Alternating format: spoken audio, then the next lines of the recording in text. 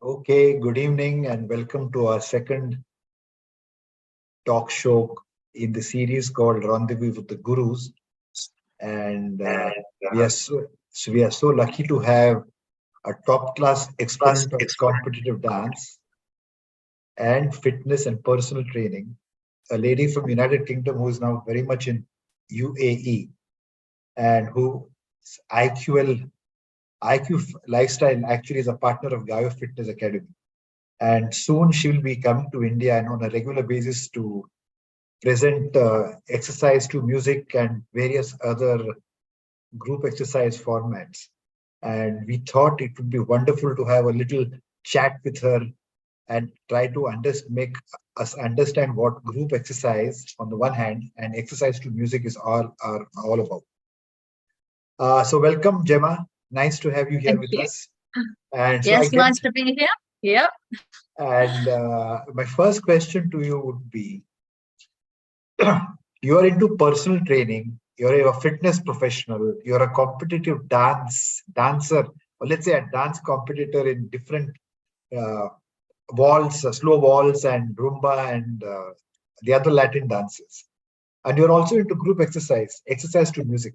So what do you think are the relationships between these three? Fitness, exercise to music, and the dance which you do fabulously well. I mean, I keep watching you on Instagram. I wish I was blessed with one left foot and one right foot and not just two left feet. So what is the thing? Which came first in your case? How did you start your career? So for me, it came through the dance. Dance I've been doing since I was very young. And then that became a natural progression actually into the group fitness, and then from there into the personal training and fitness side.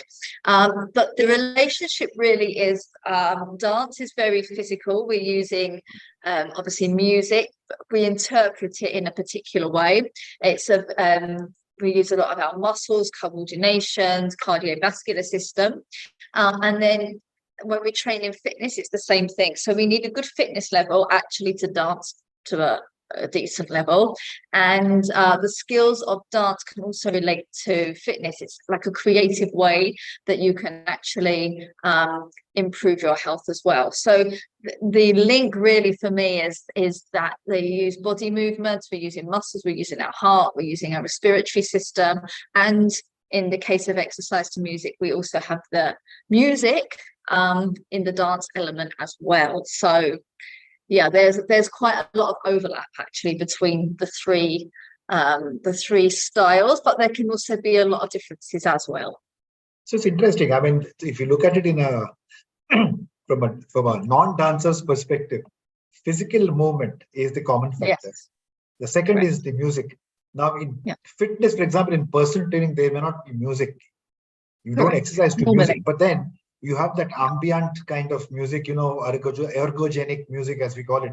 Yes. So music plays. Let's say probably the most basic music would be the heartbeats, the beats of our own heart.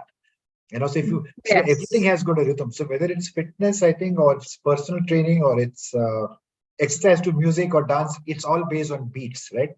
So it's very interesting. Exactly. Now, which is your forte? I mean, if I were to ask you to decide one of these three, which would be your forte? I mean, given a chance, what would be your preference? If I could only opt for one, then I would still stick with the dance, because that's where I kind of came from. It kind of incorporates everything into one, so that way I kind of get three in one.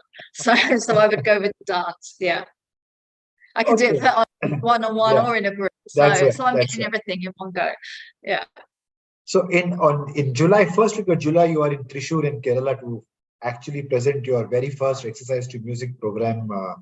And thereafter, I can already see openings in Mumbai and Indore. I mean, a lot of other places, Calcutta, for example.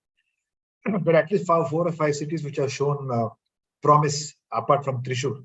So my question to you is, what kind of music does E2M, exercise to music, comprise? Because a lot of people here ask, what is it, Bollywood? Is it belly dance? So what kind of music does E2M, exercise to music, entail? And the other question in the same context would be, what kind of exercise? So what kind of music and what kind of exercise constitute exercise to music? Because here the usual thing is, oh my God, is it Jane Fonda aerobics? Is it Reebok aerobics? So it is in this context that I ask you this. Well, to start with the music question, this can actually be done to any kind of music. So it could be like a club house type music, or it can be through to African style, Latino style. Yes, you could have Bollywood music in there as well. So the great thing with exercise to music is you can actually tailor your class based on the area or the type of client base that you've got. So it could be disco, for example, or it could be, I don't know, rock and roll music. So you can actually, the concept of it is that you can use any kind of music and you can style it in such a way, which would link on to the exercises. So in particular, when I'm coming over to India, I will be using, I will be going into some different music styles, more like towards like African or belly dance, Arabic, Latino kind of styles, something a little bit different to probably the mainstream that you would have in India. And the styling actually for exercise to music, although I mentioned dance it's like physical movement, usually with dance you're kind of really looking at technique, expression, like a dramatic performance. In exercise to music, it's coming into the fitness side. The purpose is to get the heart rate up, to strengthen the muscles, generate flexibility. So the exercises that will be chosen will usually combine the theme of the music. For example, if it's a very upbeat tempo, then you're going to be doing movements which are more upbeat. If it's something more chilled and mellow, the movements should reflect that. But it would encompass body weight exercises. It can incorporate small equipment like resistance bands. It could be even things like dumbbells. You could use kettlebells for this.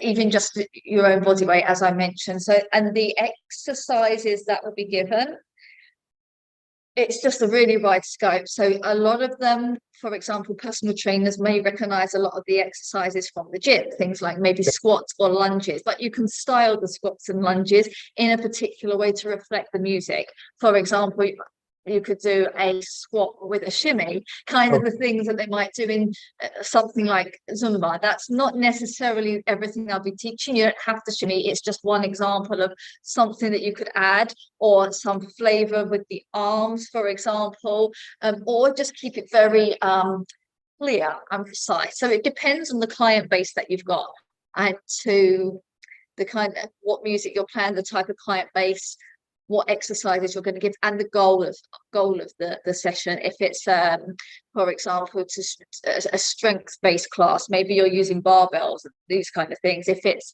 more cardiovascular, then you would use some more cardiovascular exercises.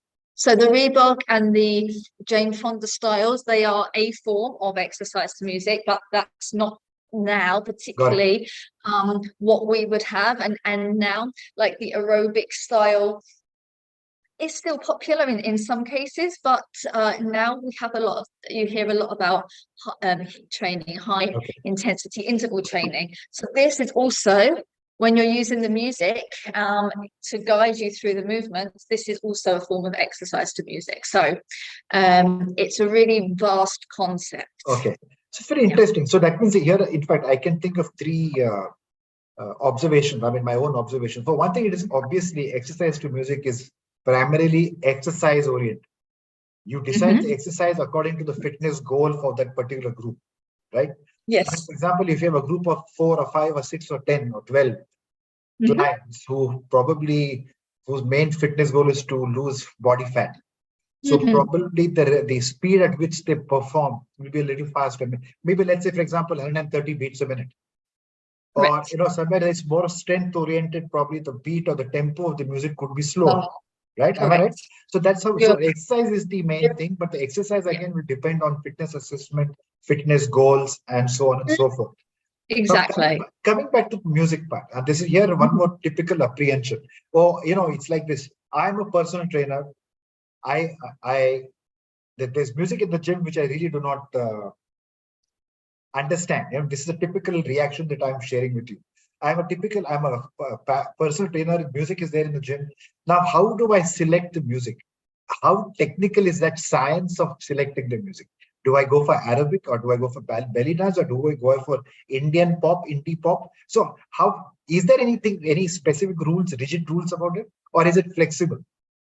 It's very flexible. Again, it can be on your preferences, or again, like the client age group, or maybe the region that they are coming from. But generally speaking, if you look at the structure of any fitness class, you'll have like the warm-up section, and you'll have the main element, you'll have like a cool down at the end.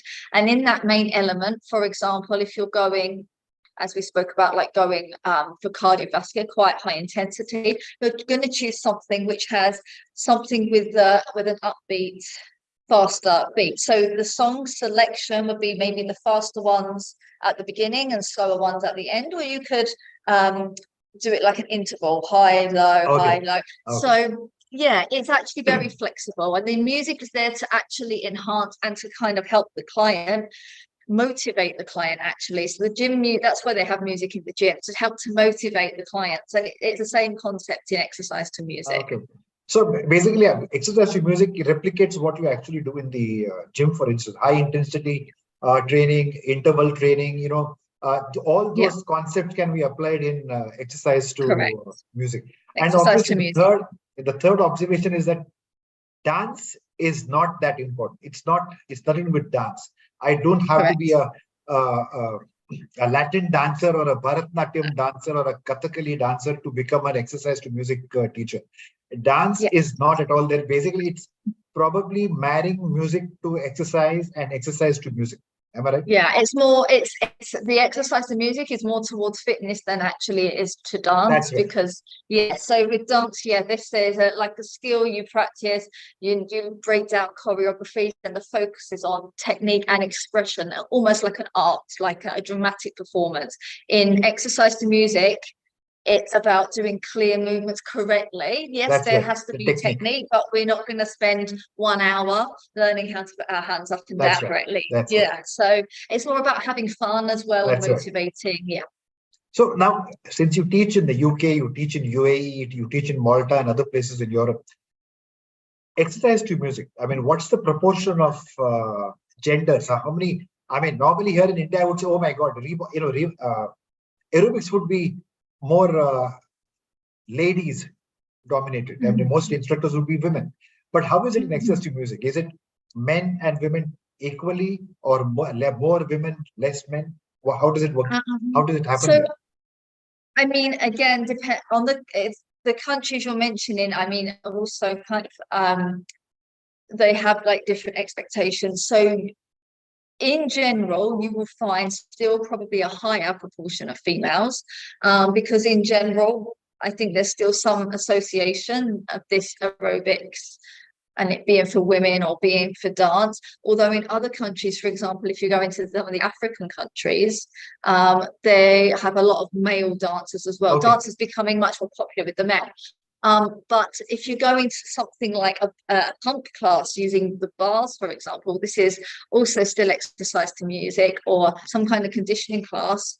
You'll still get more females, but maybe you'll still get 6 or 7 men inside. So, I mean, generally, yes, there are more females doing the group fitness. I think because it's a group exercise as well, and the women kind of generally get more motivation out of that perhaps than the men. But I'm always teaching mixed classes, though. But it's more unusual for me to have a solely ladies class, unless it's ladies only. So I mean, that's an interesting thing, because I always thought, I mean, most people think, oh my God, this is only for women. I mean, there was a time when even Pilates was taken, it's only for women, but it's not so. Obviously, men. I mean, exercise is meant for all our bodies, whether men or the women. My next question here would be, there are benefits of group exercise. There are benefits of exercises set to music, right?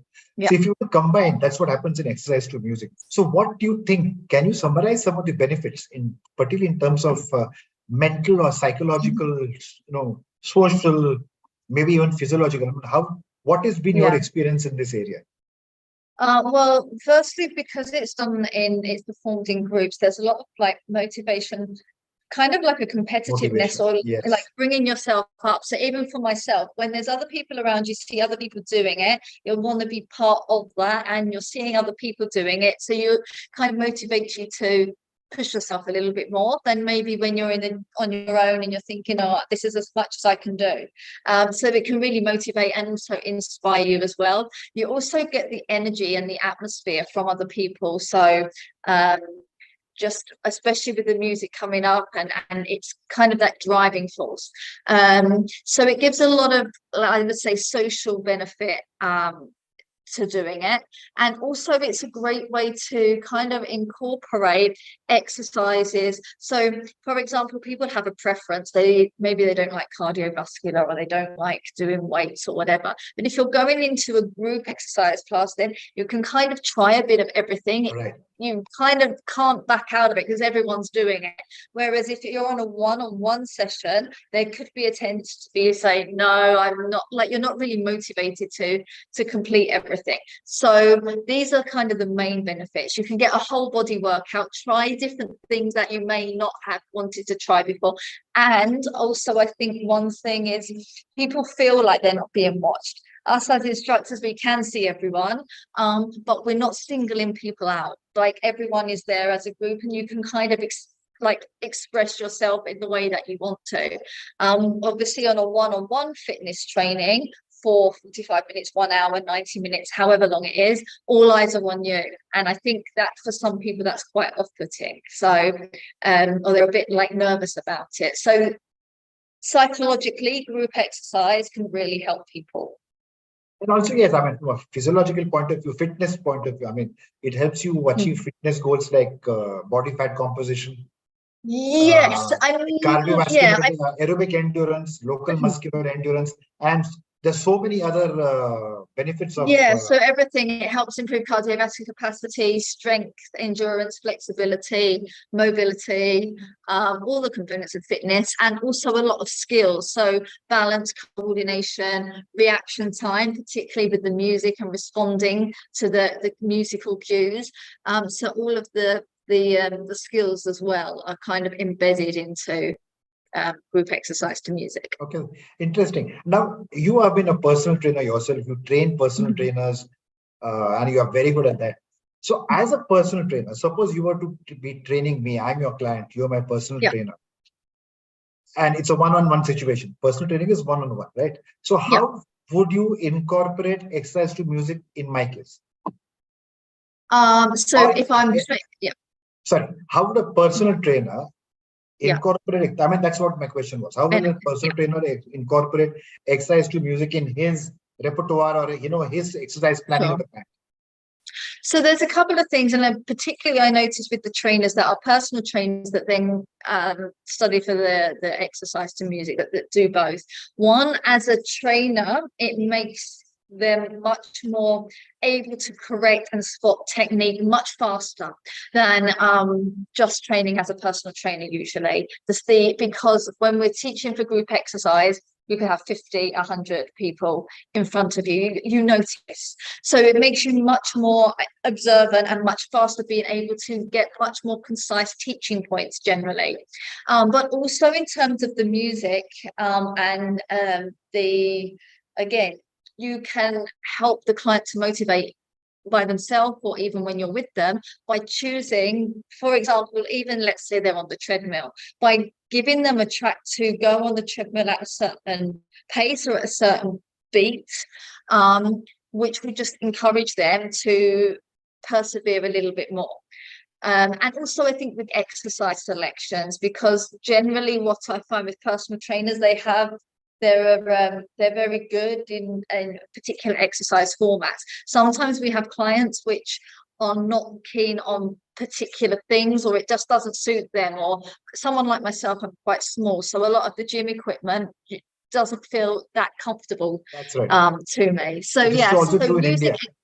Yeah, exactly. So with group exercise, because we don't have like 100, I don't know, leg press machines or something to use, we kind of become a lot more creative with how to get the same benefit and to adapt because That's right. personal training is much easier to adapt for one person. When you've got 100 people, you have to know those adaptations and how to create that same exercise in a different manner with less equipment, more equipment, space size. So yeah, it can make people much trainers Yes. much effective at that as well. And I think everybody cannot financially afford personal training.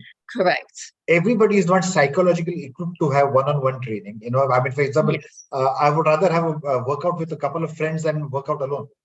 So Yes. I think, and also probably those who are not really getting into strength, who do not want to get into strength per se, not really don't want to get into bodybuilding or powerlifting or weightlifting, who can work for whom local muscular endurance is more important than just muscle mass or muscle strength.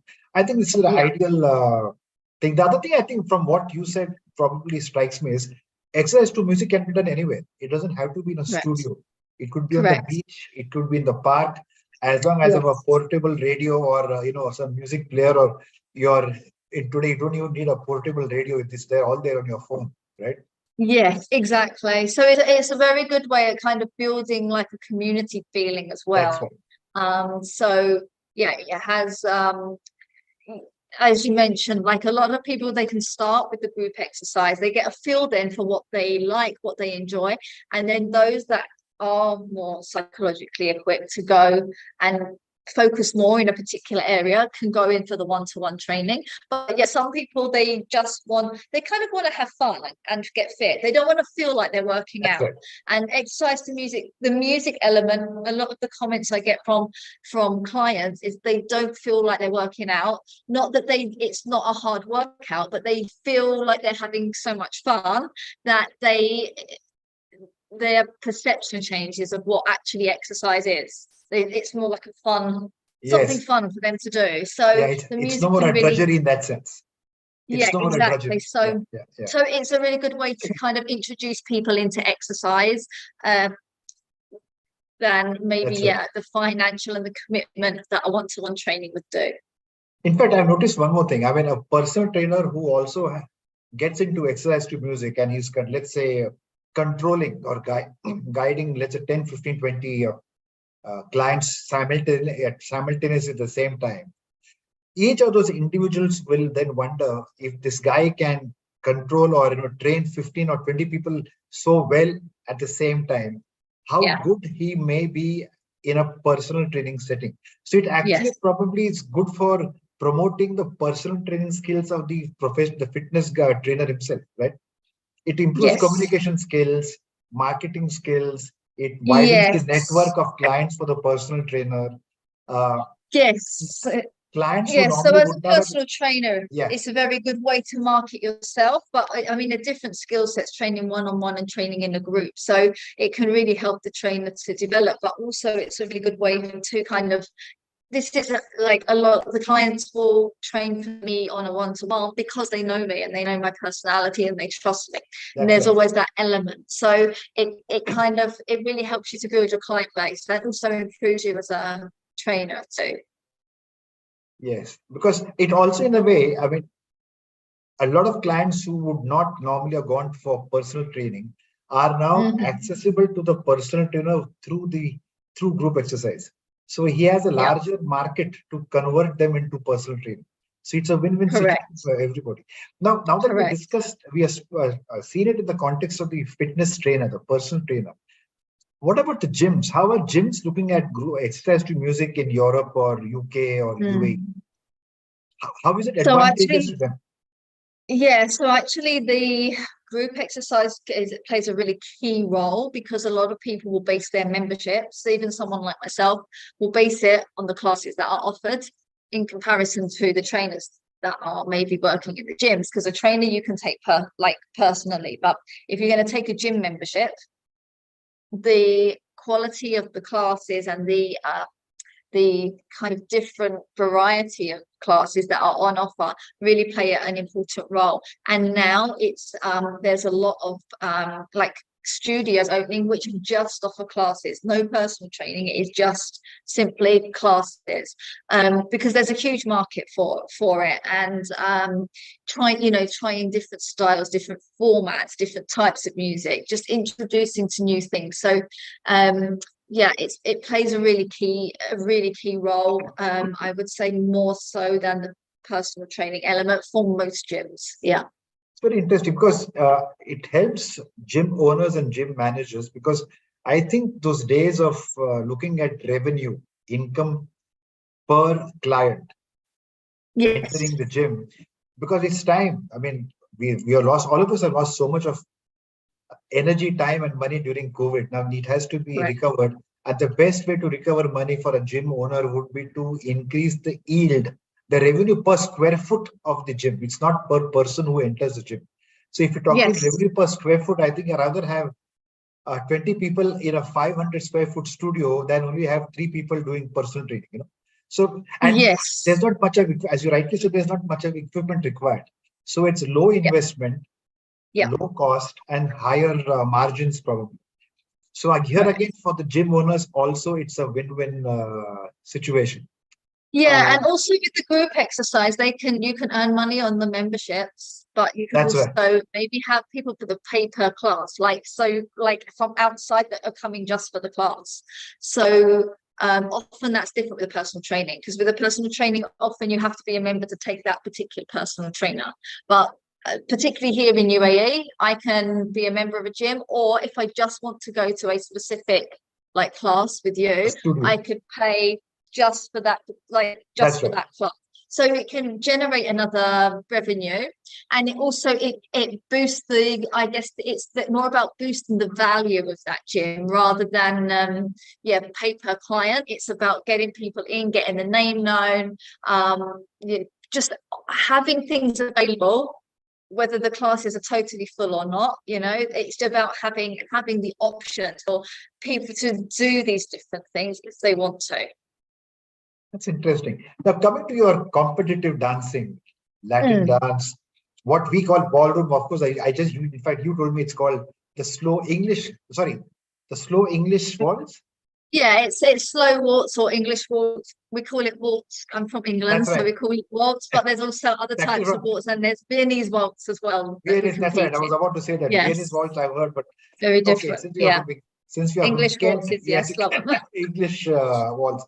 Tell us about that. I mean, how did your competition part of it? I mean, how did you get into competitions and things like that? That's interesting. Yeah, actually, so I started dancing when I was young, probably more as a hobby. And then actually one of my aunties won some dance classes, and the studio was a ballroom studio. That's how I initially got into ballroom dance. So then I just continued it on throughout school. And then I was working away dancing quite a bit before I got into the fitness side. And then, I kind of revisited back to it, competing again, once I'm back in the UAE, really. So, I was doing it for quite some time. Then I took kind of a break for some years while I was mainly working on fitness, not doing the competitions, and then came back to it because the UAE has got a big competitive dance market. And I think as well, because of where the UAE is, we have a lot of lecturers that fly in. It's like a stop-off point when people are flying through, and we have competitions here. So that's really, it's a big thing here. So that's why I'm still doing it. Yeah. What dances do you? I mean, what are your? My speciality ones. Yes, specialty. Yes. Yeah. So I'm competing it's the 5 ballroom and Latin styles, the European style. So it's English waltz, Viennese waltz, foxtrot, quick step, and ballroom tango. And then in the Latin, it's cha-cha-cha, jive, rumba, samba, paso doble. They're the 10 dances. But then socially, I would do things like salsa, bachata, a lot of salsa clubs here as well. So you meet a lot of people on that kind of scene as well. And it's great because also the more you're listening to music, the more you're working with other people and getting different input, the more creative that helps me be, even with exercise classes and, seeing people's movements, how people move and the challenges that people have and how their bodies move actually helps to create into the exercise, like the weaknesses and the strengths. But yeah, I compete in the 10 European ballroom, because the American system's slightly different, and there's other categories, but it's the 10 European dances that I do. It's very interesting because in a gym that I managed many years ago here in Mumbai, we had one internationally known. She had won competitions in London and so on. Oh yes, yeah. And she taught the same dances that you mentioned. Yeah. But I noticed two things. Most of the students, the clients were women, because in India, at any party, it's the women who dance and men probably are in one corner of the room. Which corner I will not mention here, because we are in a fitness-oriented chat. Yeah. But the other thing which I noticed was these dances, not necessarily only the Western dances, but even probably the Indian dances, they add an element of finesse, aesthetics, elegance to even a man's way of walking or talking or whatever behavior. So I think there's one thing that I would love to discuss with you when you come here. How can we use some of these Western dances? It could be Latin or the waltz. Yes, fantastic dances here in India. How could we incorporate them into two things? Exercise to music, if it's possible. Of course, the beat tempo, I am not. You are the expert. You're the guru. I am not the guru. I'm just a student here. How probably we could discuss how we could incorporate dance in exercise to music. Yeah, that's one. Number two, explore the possibility of having the dance, the traditional per se, the dance per se as a medium to fitness. In fact, it's always been at the back of my mind. I mean, I remember reading this somewhere many years ago, that belly dance was basically something taught by the mother to the daughter to ensure safer birthing. That's what I remember reading somewhere. Yeah. It's a fabulous thing, but same belly dance can probably help you in developing lower back or your core flexibility, strength, things like that. It is a fitness goal, right? So unfortunately, when we talk in terms of belly dance, it's more of a cabaret kind of a thing. And so we have different perspectives. That's one thing for sure. I even think in terms of flamenco, for example. Now, so there are so many, I mean, you are familiar with those dances. Yeah. There are so many wonderful Indian dances that are available, the classical dances. But more than the classical dances, when you are in Thrissur in Kerala, we'll definitely see whether we could arrange for a small little demonstration of some local folk dances. In Bombay, for example, in Maharashtra, I mean, we are on the west coast of India. There is a folk dance called Lezim, Lezim. It has got martial nuance. It's martial, and basically it was basically meant to train soldiers to archers. Right. Understood. Yeah. You also have that fantastic bamboo dance from Northeast India, primarily from Mizoram, it's a state named Mizoram. Amazing stuff. So probably when we're here, we'll see whether we will be able to have some kind of where we could include Indian folk dances. Very nice. Not only as a medium of exercise to music, but also a dance to fitness kind of a program. Because there's so much that one can do. In fact, for me, it's not really just the fitness goals, but also the element of encouraging elegance, finesse, aesthetics. I think every man or woman should have some kind of thing. So it's something which happens in South India. Every girl in South India goes through Bharatanatyam at a certain age. It was not to make her into a Bharatanatyam champion, but as much as to introduce her to the heritage and culture and the aesthetics of dance. So I think these are the things that I would love to speak to you when you are here. Yes, definitely. And well, our Swapnil says, I think we have 3 or 4 minutes left. But yes, we look forward to your first visit to India as exercise to music for the first exercise to music program in Thrissur in Kerala. And of course, this is just the beginning. There'll be lots to come. And we have always been discussing, which it's never materialized. It's the dance as a medium to fitness. Let's see how we can develop that into something really, definitely, something concrete, and see whether we can. You can bring the Latin dances here, and you can take back the Indian dances to UAE or Malta or UK. And because it's a fascinating thing too, because fitness is a lifestyle. And any person's lifestyle should also have an element of aesthetics or elegance in it. And music and dance ought to be part of one's lifestyle. And I think you're the Definitely. right person to, I think you have got the right person in your case. And with that, I think we come to the end of this wonderful little meeting through our rendezvous. And Thank you. well, this was online. I look forward to meeting you soon in Thrissur Yep. on the 6th of July. And then we'll take it Yes, off from there. definitely. Thank you so much, Gemma. Thank you for giving me No this worries. 40 minutes of your precious time. No And problem. thank you and God bless. No worries. I'll see you soon. Thank you very much. See you soon. God bless.